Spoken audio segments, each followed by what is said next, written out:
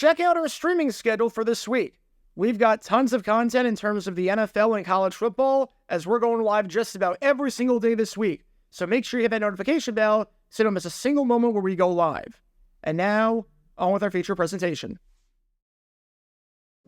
This man right here is Joe Bugel, and he is one of the greatest offensive line coaches in the history of professional football. Throughout the 1980s, Bugel was one of the right-hand men to head coach Joe Gibbs, and was one of the primary men behind Washington's dominance, where they won 2 Super Bowls and made it to 3.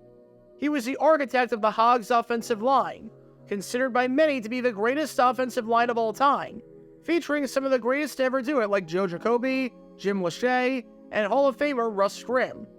However, there are some guys that are great assistant coaches, but when thrust into an actual head coaching role, they completely falter. Much like there are some people that make great employees but absolutely horrible bosses, there are some guys who are good at managing one particular thing, but if you ask them to run the entire operation, they have no idea what to do. And man, was Joe Bugel one of those guys. Oh man, was he one of those guys. Bugel was a head coach in the NFL for 5 seasons, and would go down as one of the worst head coaches to get a substantial number of seasons in the league. In 1997, he was the head coach for 1 season with the Oakland Raiders, and led the team to a 4-12 record while the entire locker room was in disarray and the entire team wanted to kill each other. And prior to that, from 1990 to 93, he was the head coach of the then-named Phoenix Cardinals and compiled a 20-44 record across his 4 seasons with the team. The Cards were so bad under his reign, never finishing at or above 500, that there was genuine optimism in the air when they hired Buddy freaking Ryan as their head coach. The Cardinals were willing to give Buddy Bowl 2.0 a try because of how bad Joe Bugel was. Overall, Bugel went 24-56 as a head coach, winning just 30% of his games. Of the 146 coaches that coached at least 80 games in the NFL, Bugel's winning percentage, unsurprisingly, ranks dead last. To put this into some more perspective, Adam Gase also coached exactly 80 games in the NFL as a head coach, and his winning percentage was 40%. He was terrible, and yet Gase's winning percentage was 33% higher than that of Joe Bugel. At least when it came to being a head coach, Joe Bugel was a man who had no idea whatsoever as to what the heck he was doing. However, while Joe Bugel was really bad, what's not bad is learning more about the history of the NFL and finding out new stories and weird things that you might not have known about. So if you like that sort of stuff, then be sure to hit that like button down below, subscribe, and turn on the notification bell so you don't miss a single video that we post, because we post every single day on this channel, and we go live also every single day. Thanks in advance for your support as we try and hit 70,000 subscribers. And don't get me wrong, there were many, and I truly mean it, many bad moments with Joe Bugel as the head coach in charge. With Joe Bugel running the ship was going down, and it basically did for all 5 seasons that he was a coach, regardless of whether it was in Phoenix or in Oakland. However, of all the bad moments, this had to be the worst of the bunch. It's going to be extremely tough to top whatever the heck this was, because in a 1992 game between his Phoenix Cardinals and the San Diego Chargers, Bugel had some of the worst timeout management you're ever going to see in your life, where he just decided not to go on timeout for some reason, even though it made complete sense to do so in that spot. And to say that it completely changed the complexion of the game would be putting it extremely lightly. Because this is the story behind one of the dumbest moments on the field in the history of the Cardinals franchise, and the absolute cluelessness that was Joe Bugel as a head coach. Before I talk about the actual moment in question, and what exactly Bugel and the Cardinals did that left everyone baffled, we need some context to understand the importance of the game and how the game itself was going. It's December 6, 1992. It's week 14 of the NFL season, and as we're heading down the home stretch and getting ready for the season to mercifully come to an end if you're a Cardinal fan, we've got an interconference battle down at Sun Devil Stadium between the Phoenix Cardinals and the San Diego Chargers. This is the 6th time that the Cardinals and Chargers had played each other. If you want to learn more about their 1971 game on Monday Night Football, which, oddly enough, featured a baffling coaching decision by the Cardinals that I broke down. Click the card in the upper right corner. And if you want to learn more about their 1987 game, which was almost one of the greatest comebacks in NFL history that was thwarted by a drop pass, you can also do so by clicking the card in the upper right corner. As for this game, the Chargers had everything to play for, as after starting the season 0-4, they completely turned their season around to win 7 of their next 8 games, finding themselves at 7-5 with 4 games to go, 1 game out of the division lead, and currently holding on to a wildcard spot if things stood. The Cardinals, however, had nothing to play for but pride. They had the worst record in the NFC, sitting ugly at 3-9, thanks to the worst point differential in the NFC at -95, and the worst offense in the NFC, having scored just 187 points, or under 16 points per game. However, after losing 3 straight games, including an embarrassing 41-3 display against Washington the previous week, maybe the Cards can get back on the right track here and at least attempt to end their season on a high note. And to be fair to the Cardinals, at the start, as you can tell from these highlights, they were absolutely doing that. The Cardinals were actually playing some pretty good football, and midway through the third quarter, they found themselves up 21-10 thanks to 2 touchdown passes by Chris Chandler and a touchdown run by Johnny Johnson. Even though the Cardinals had a propensity to shoot themselves in the foot, and believe me, they did on this day with 5 turnovers by the end of it, they were actually able to move the ball down the field during this game, especially early on. They outgained the Chargers in total yardage. They dominated the time of possession battle, and they got a fair amount of big chunk plays, including one of their touchdowns early in the third quarter, which was a 63-yard play from Chris Chandler to Ricky Prohl. This game was a must-win for the Chargers, and the Cardinals, at least early on, in front of the 26,000 fans at Sun Devil Stadium, were not letting them have it. Phoenix may have had nothing to play for, and may have had no momentum on their side after losing by 38 the previous week, but they were putting up a fight for now. And then, the Chargers came back. San Diego may have only scored 1 touchdown on their first 8 drives, which came on a short field, but the Chargers immediately answered and showed up with their backs against the wall.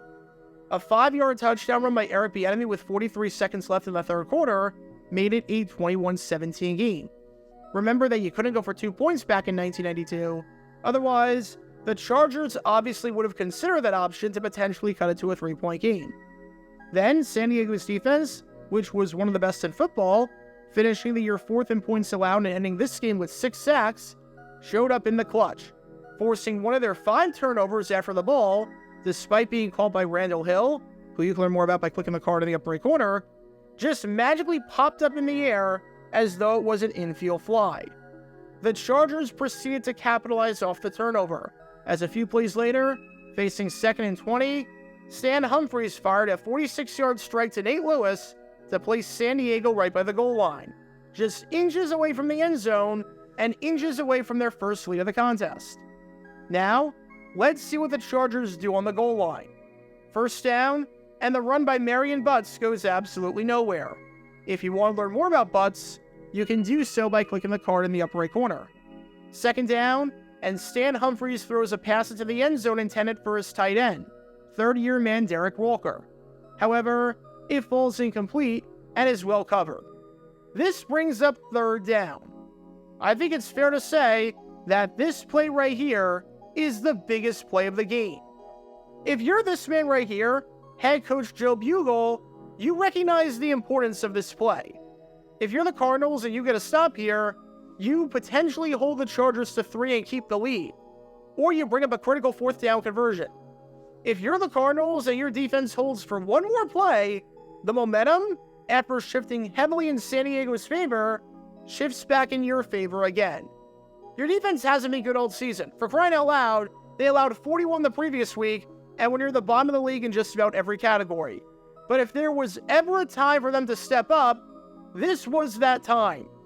If you ever need to call a timeout to make sure your defense is on the same page and is properly set, knowing that this is the difference between having the lead and not having the lead, this is that time. And with that in mind, this is the still frame the moment before the Chargers snap the football. This is what the broadcast and what the field looked like right before the Chargers called this third down play. Keep in mind that they were not going no huddle, and there was no stoppage by the referees or anything along those lines. This was how the Cardinals were lining up before this play. See if you can spot anything wrong with this alignment. See if you can spot anything that might seem, I don't know, a bit off and seems ill-advised. Go on, take a look. I don't know if you know this or not, but I'm going to let you in on a little secret. In professional football, you're allowed to have 11 guys on the field at once on your team. How you play those 11 guys is up to you. Whether you want to drop guys back in coverage or have a ton of guys rushing the quarterback on the defensive line is up to you. But you can use 11 guys to your advantage while the offense can use 11 guys to their advantage. And here, the Cardinals, who already have a terrible defense, decide to try a bold strategy that I'm shocked didn't catch on with other teams in the NFL in the same way that the Wildcat and the Tush Push did. Because here, if you just count, the Cardinals have, 9 men on the field. They have 9 freaking players. They're not just short a man, they're short 2 men. They have 5 on the line, 2 others in the box, 2 corners on the 2 wideouts, and that's it. The Chargers have 11, and the Cardinals have 9. It's a bold strategy, Cotton. Let's see if it pays off for them. I mean, I don't think I need to explain to you why this is dumb, right? Dumb decisions, yada yada yada, Joe Bugel. I don't think I need to explain to you, this man right here, why playing at a 2-man disadvantage for no reason is a stupid idea. Especially when you have a chance to win the game with a stop. And the Cardinals had timeouts to work with. They had a chance to stop the clock. This man right here clearly saw what was happening, saw that his team had 9 guys on the field, and had a chance to call timeout, regroup his defense, and actually get 11 guys out there to properly defend this play. You know, like every team does in this situation. But for some reason, he chose not to. For some inexplicable reason, a head coach and one of the greatest offensive line coaches to ever live saw the Chargers have a full roster and saw his team down 2 men and thought to himself, let's not fix this. What's the big deal? This'll be fine. Spoiler alert, it was not fine. Not even close. To the shock of no one, the Chargers ran it into the end zone, with Ronnie Hartman punching it in to give the Chargers the lead. San Diego would win the game 27-21, with that touchdown being the play that decided the game. Defensive coordinator Fritz Shurmur said afterwards, that sure as hell wasn't the play of the game. And that's the understatement of the century right there, almost like saying that the 2008 Detroit Lions were sure as hell not a great football team.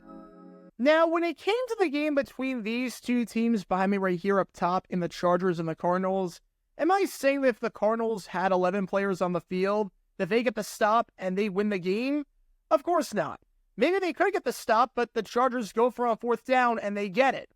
Or maybe the Chargers settle for 3 points, they cut it to a 1-point game, and then they get an offensive stop and drive down the field and score a touchdown or get another field goal. There are a lot of variables at play here, and I'm in no way suggesting that if the Cardinals had 11 on the field, they win this game and prevent San Diego from finding the end zone and making the playoffs. But I don't think it's an unfair assumption to say that if they had 11 on the field, they'd have a better chance at stopping the Chargers on this play than whatever the heck this was. I think you have a better chance at stopping the opposition with 11 guys on the field versus 9 guys on the field.